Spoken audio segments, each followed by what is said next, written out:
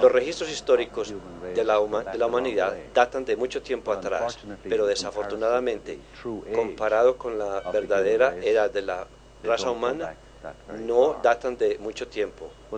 Pero una cosa que sí sobresale cuando miramos esta panoplia de historia convencional por lo menos, es el lugar que tenía el vino a través de la historia de la raza humana. Encontramos que cada sociedad prominente y cada civilización reverenciaba el vino y lo usaba, como lo vemos nosotros hoy, en cantidades enormes. Y es igualmente obvio que había mucho más en el vino que simplemente alegrar o pasar bueno.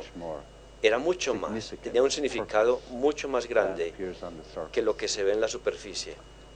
Por ejemplo, si miramos hacia atrás a Egipto, hay un manuscrito muy bien preservado del tiempo del faraón Ramsés II, que murió allí.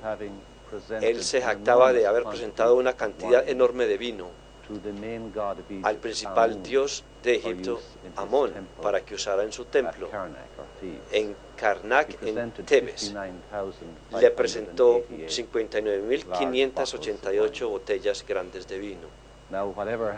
Lo que le pasó a ese vino no lo sabemos realmente, excepto que podemos estar muy seguros de que Amón mismo no se lo tomó.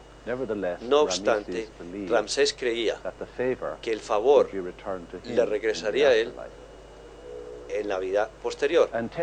Y hace 10 años, un equipo de alemanes en el Cairo excavó la tumba del hombre que fue probablemente el faraón más grande de Egipto, Menés. Este fue el que unió el Egipto inferior y superior por primera vez y produjo la doble corona del rey, que significaba los dos reinos. Y está enterrado en Abydos, en algún lugar abajo del Nilo de Giza. Una de las cosas más importantes que se encontró en esta tumba fueron 700 tinajas grandes que estaban llenas de vino, y eso habría contenido 1.200 galones de vino, una cantidad extraordinaria para una tumba, si consideramos la capacidad de la tumba. Las cosas se colocaban en tumbas por muchas razones, pero todas tenían mucho más significado para el mundo siguiente que para lo que no eran un souvenir o recuerdo para el faraón. Entonces había mucho más la presencia de ese vino que para la preservación de la vida después de este ser en otro reino. Tenía un significado mucho más grande, y empezamos a tener una pista en cuanto a lo que pudo ser ese significado.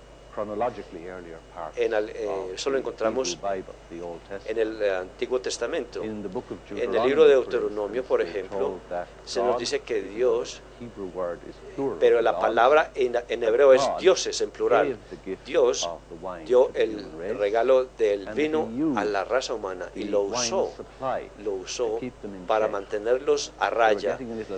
Si se estaban extralimitando, no se estaban comportando muy bien, no respetaban tanto a Dios como deberían hacerlo, él amenazaba suspender el vino, y lo hacía.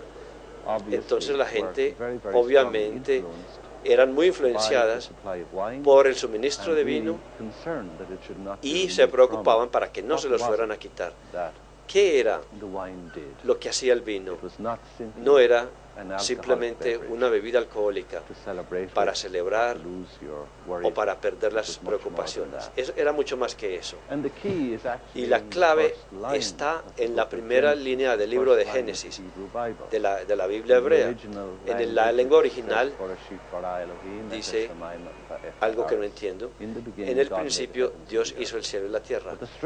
Pero lo extraño es, tenemos la primera línea del primer libro de este gran cuerpo de literatura religiosa, empezando con la letra B en hebreo.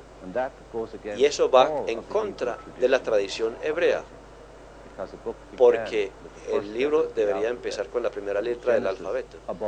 Génesis, sobre todo, debería empezar con la primera letra del alfabeto. Entonces, el A debería haber estado allí, pero si tenemos esa letra, ahí diría otra cosa en hebreo. Lo que en inglés ya no dice, en el principio Dios hizo la tierra y los cielos, sino más bien el Padre de los comienzos creó a los Elohim, los cielos y la tierra. ¿Quiénes eran estos misteriosos Elohim?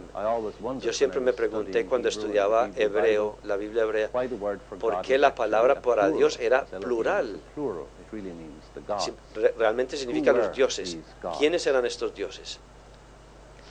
Algunos de la literatura antigua que tenemos, de una vasta colección de tablillas cuneiformes de Nínive y también de otras partes de Sumeria, hablan de una raza que era muy superior en tecnología, una civilización muy poderosa que vino a este plano hace 450.000 años antes de nuestro tiempo y que genéticamente manipularon las criaturas existentes sobre esta tierra y se juntaron con ellos y les dieron su herencia genética para producir el Homo sapiens moderno.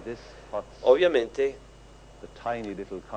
esto es algo muy controvertido que preocupa a mucha gente, especialmente en los Estados Unidos. La controversia entre evolucionistas y creacionistas. Esto lo pone en una perspectiva muy diferente. Pero esta gente que vino acá hace 450.000 años fueron los que trajeron el vino. El vino no es propio de esta tierra y el vino tenía un propósito muy especial en sus vidas. Se usaba para elevar la conciencia y para la preservación de la conciencia que ellos ya tenían. Y encontramos en la tradición de las civilizaciones sobre esta tierra que partieron de esa intervención, o sea, en Mesopotamia, en Sumeria, en Akkad y en Babilonia más tarde, y más tarde en los hebreos y los egipcios. Encontramos que el vino jugaba un papel muy importante. ¿Y cuál era el papel que jugaba el vino? Era un propósito sagrado. No era simplemente una bebida para rumbear o para pasar bueno. Ramtha nos han enseñado que estamos hechos de tres componentes: el espíritu, que es eterno y que es omnipotente y omnisapiente; el alma, que registra las aventuras de ese espíritu durante los 7 niveles en los que existe; y el cuerpo, que es el intermedio con el cual interactuamos en esos 7 niveles. El espíritu, como Ramtha lo ha demostrado de esta manera, es fijo, eterno y omnisapiente. El cuerpo, por otro lado, siempre está oscilando. Nuestra atención siempre varía porque vamos para adelante, para atrás, positivo, negativo, masculino, femenino, más y menos, etc. Y la única manera en la que podemos producir ese poder y sabiduría y conocimiento en nuestra vida de lo que realmente somos, que es el espíritu, es reducir ese movimiento oscilante, ese movimiento de nuestra personalidad, más y más y más, hasta que se alinea con el espíritu del Dios. Entonces se unen y eso, ahí tenemos iluminación o el Cristo de nosotros. Integramos técnicas que van desde el enfoque, concentración, y una de las grandes técnicas para ayudarnos a hacer esto es el uso del vino, porque tiene el efecto de lo que Ramtha llama dejar caer los velos. Esencialmente es reducir este proceso de oscilación y lo lleva casi hasta detenerlo. En ese punto estamos liberados del equipaje que llevamos en los 3 primeros sellos, y además, y mucho más importante, cualquier información que entra mientras estamos en ese estado pasa directamente por encima de todos los obstáculos y barreras que la personalidad humana le pone en el camino, y se convierte en sabiduría inmediatamente. De esta manera podemos superar todos los químicos que hay en el cerebro y entrar en un nuevo estado. Estudios modernos del cerebro han mostrado cómo esto funciona, y la química del vino y su interacción con el vino ha sido clarificada desde hace muchos años. Ahora que tenemos un entendimiento mucho más grande, un conocimiento más grande de por qué el vino era tan importante históricamente en las razas superiores, para usar esa palabra, de la historia humana, y cómo puede jugar un papel tan valioso en nuestro propio intento de elevar la conciencia humana. Y de eso es lo que se trata la Escuela de Iluminación de Ramtha.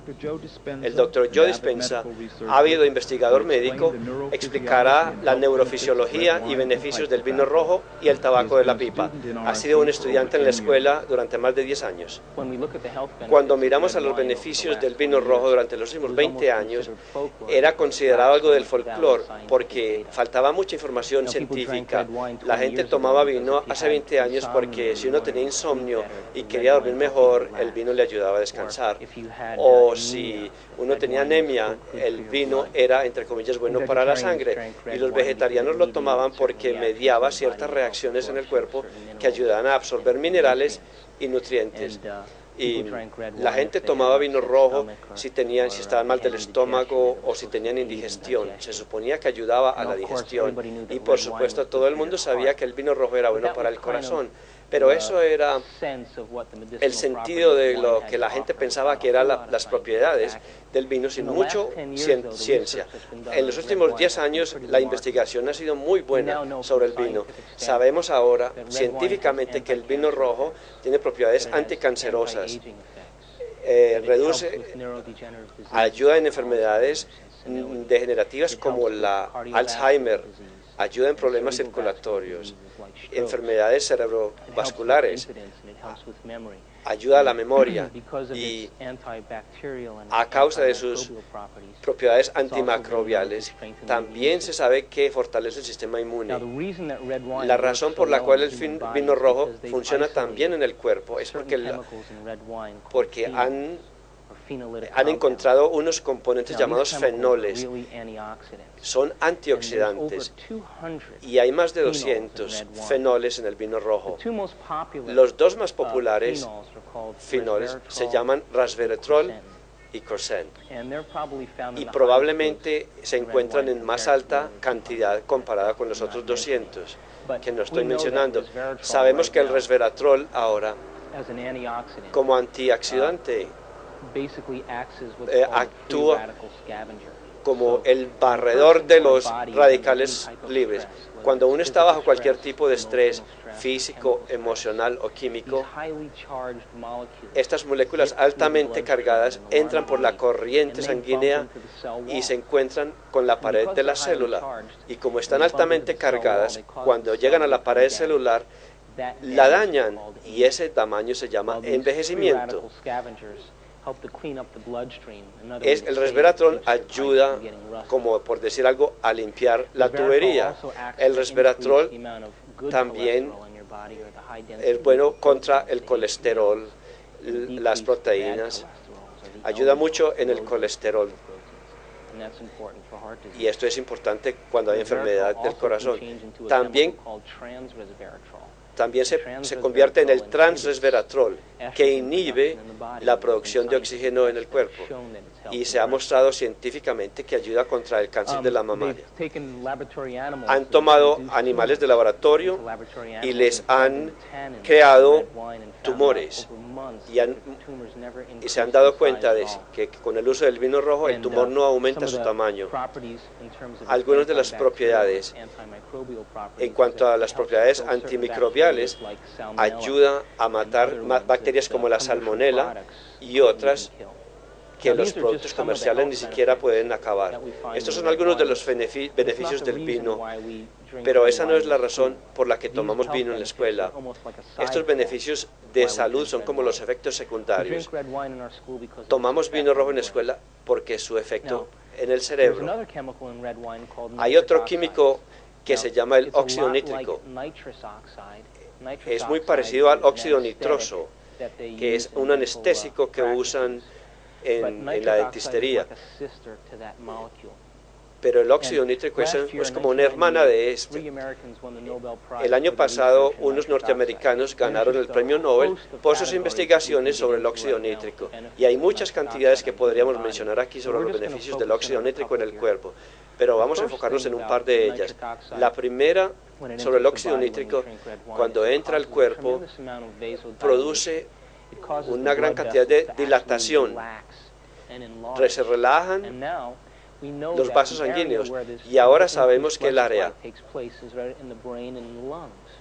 esta área está en el corazón y en los pulmones. Entonces ahora tenemos más oxígeno en el cerebro, tenemos más nutrientes que van al cerebro.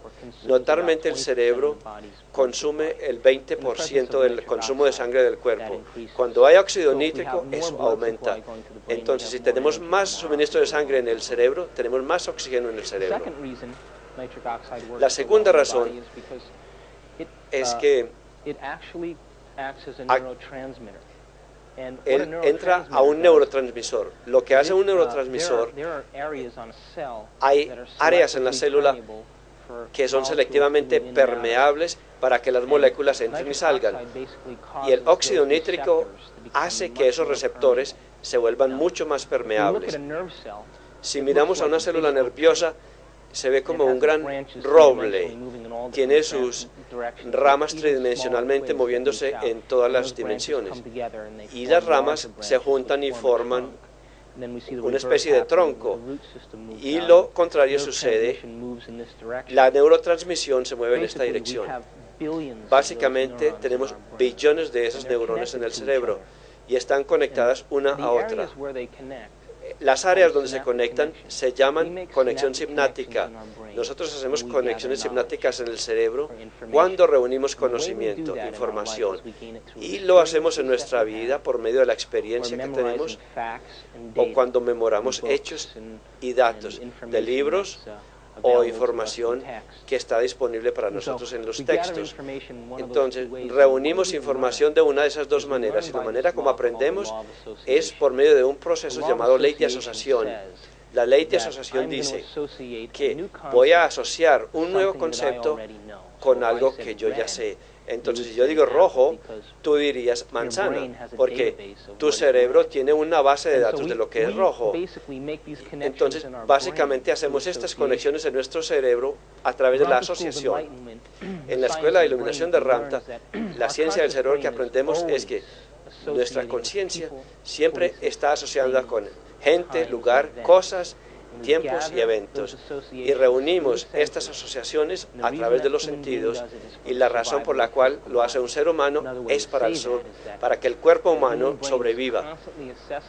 El cerebro humano constantemente está viendo qué es placentero o doloroso, que es una amenaza o que es una comodidad. Y lo hacemos eso basado en nuestro conocimiento, basado en experiencias del pasado. Nunca nos movemos a un pensamiento ilimitado o a un pensamiento nuevo, porque una nueva experiencia está por fuera de la caja de lo que ya sabemos. Entonces nosotros creamos esta caja de experiencias, y cualquier cosa nueva o fuera de lo común tendemos a alejarnos de ella, porque lo comparamos con algo que probablemente nos va a traer dolor, porque ya sabemos que nos puede producir placer. Si miramos a esas neuronas y esas conexiones y las asociamos con lugar, gentes, cosas, tiempo, para la supervivencia del cuerpo, entonces eso hace que sea muy difícil enfocarnos en un pensamiento nuevo. En la presencia de óxido nítrico hay algo muy especial. Hace que la célula nerviosa realmente se relaje, hace que la célula nerviosa se vuelva elástica y plástica, y la palabra en ciencia que la usan es neuroplasticidad. Entonces la célula nerviosa con el óxido nítrico básicamente se desconecta de nuestra asociación presente de ser un ser humano. Ser un ser humano, quiero decir, las conexiones que tenemos que tienen que ver con nuestro propio sufrimiento personal, nuestras emociones personales que tienen que ver con emociones limitadas, experiencias en el pasado que han sucedido, que han sido traumáticas, limitaciones que tenemos a causa de nuestros hábitos personales. Esas son todas conexiones sinápticas. En la presencia del vino rojo, el óxido nítrico, estas células se relajan y nos desconectamos de esa fachada de identidad humana que tiene que ver todo con el pasado. Y el momento en el que nos desconectamos de eso, el cerebro se pone en un estado que llamamos estasis, se mueve al momento. Aprendemos en la escuela de iluminación, que en el momento es cuando creamos la realidad. Entonces ahora tenemos este cerebro que se ha vuelto muy elástico y se ha desconectado de ese alambre rojo del cerebro de supervivencia. Nuestros centros de supervivencia se relajaron, estamos más presentes en el momento. Pongamos esto a un lado y pasemos al otro punto. Hace 2 años un científico francés aisló una molécula llamada MAP kinase, que es el resultado directo de consumir vino. Él les dio a pacientes 3 o 4 vinos, 4 vasos de vino, y se dio cuenta de que esa enzima MAP kinase aumentó. ¿Qué es lo que hace el MAP kinase? MAP kinase permite que la célula nerviosa crezca, produzca ramas. Entonces ahora tenemos 7 veces las cantidades de esta enzima. Entonces tenemos una célula nerviosa que está creciendo, dando origen a nuevas conexiones. Está buscando lo desconocido, un nuevo pensamiento. Tenemos mucho más suministro de sangre y oxígeno en el cerebro. Hay más nutrientes que van al cerebro. Tenemos neuroplasticidad, elasticidad, relajación de la neurona, así como un niño. Un niño aprende muy rápido porque su cerebro es tan plástico, tan elástico. Y tenemos una neurona que está produciendo nuevas conexiones. Y si nos sentáramos en la presencia de un maestro profesor, de un hierofante, la presencia de una gran mente, y nos permitiéramos seguir un tren de pensamiento que no tuviera nada que ver con la supervivencia, sino con algo ilimitado, algo extraordinario, algo por fuera de la caja, notamos que nuestra aceptación aumenta, y cuando aumenta la aceptación, estamos haciendo conexiones a otras partes del cerebro, estamos cambiando la mecánica, cambiando la fisiología del cerebro. Eso es parte de la ceremonia del vino. La razón por la que tomamos vino en una ceremonia es una experiencia muy sagrada, porque estamos interesados en consumir conocimiento para tener una realidad más grande, no modelos de pensamiento pequeños que tienen una realidad pequeña. Nunca tomamos vino rojo y empezamos a competir en deportes. No tomamos vino y vemos películas violentas. No tomamos vino y nos ponemos a hablar de nuestros problemas. Es una disciplina sagrada, porque si hiciéramos estas cosas con violencia o con deportes, o habláramos sobre nuestros problemas, realmente nos estamos reconectando en la caja. Solamente sería mover los muebles en la sala sin cambiar nada. En las ceremonias de vino fumamos tabaco de pipa, y fumamos tabaco de la pipa es porque tiene una gran cantidad de óxido nítrico en los altos niveles, en partes por millón. Inhalamos el tabaco de la pipa hacia el paladar, nunca lo llevamos a los pulmones, solamente lo llevamos al paladar. Allí hay unos pequeños receptores que transportan el óxido nítrico derecho al cerebro. Y recuerden que les dije, el óxido nítrico aumenta la plasticidad. El tabaco de la pipa es un facilitador para que es una forma de llevar el óxido nítrico al cerebro de otra manera. Ahora hay más plasticidad en el cerebro. Hay más potenciales para elasticidad, para reunir más datos, más conocimiento. No fumamos cigarrillos en la ceremonia, fumamos el tabaco de la pipa, porque la hoja que usan para los cigarrillos es una hoja amarilla, barata, y todos los químicos que usan en los cigarrillos le ponen químicos para que la gente se vuelva adicta. Fumamos tabaco de la pipa porque el óxido nítrico aumenta en cantidades por millones a grandes ratas y lo facilitamos hacia el cerebro de una manera diferente, que sería llevarlo directamente a la sangre con el vino rojo. Entonces el óxido nítrico llega directamente al cerebro por el humo del tabaco. También comemos pan y queso en la ceremonia. Lo comemos porque la levadura del pan actúa como un facilitador, como un combustible para llevar nutrientes a esa área donde hay más dilatación. Y el nutriente que lleva al cerebro es calcio, por eso comemos queso. Sabemos científicamente que la molécula extracelular más importante, el macronutriente extracelular más importante es el calcio. Al calcio le gusta quedarse pegado alrededor de la célula. Él se queda ahí como esperando para que se abra una puerta y él pueda entrar. Cuando el calcio entra, hay una cascada de reacciones químicas que suceden en el núcleo.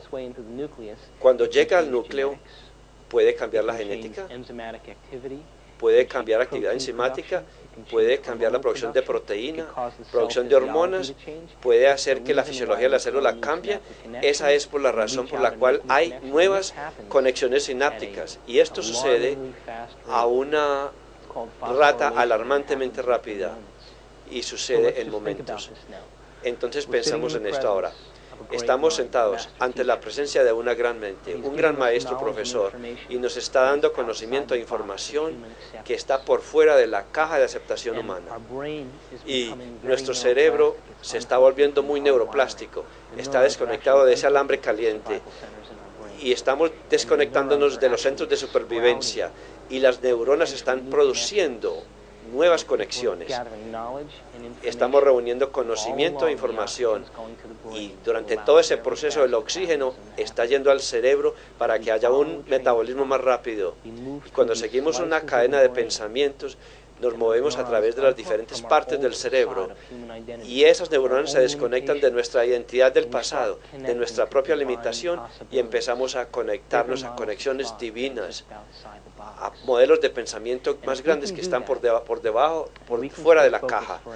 Si podemos mantenernos enfocados durante un periodo de tiempo, cambiamos la química del cerebro, cambiamos la fisiología del cerebro, cambiamos la mecánica de las células del cerebro, y cuando hacemos esto, cambiamos comportamiento, actitud. Una de las cosas más importantes en la escuela es que la conciencia y la energía crean la esencia de la realidad. Eso lo sabemos desde la mecánica cuántica. Y si podemos cambiar nuestra actitud, podemos cambiar nuestro comportamiento y nuestra neurología, entonces cambiamos nuestra realidad. Y de eso se trata la escuela.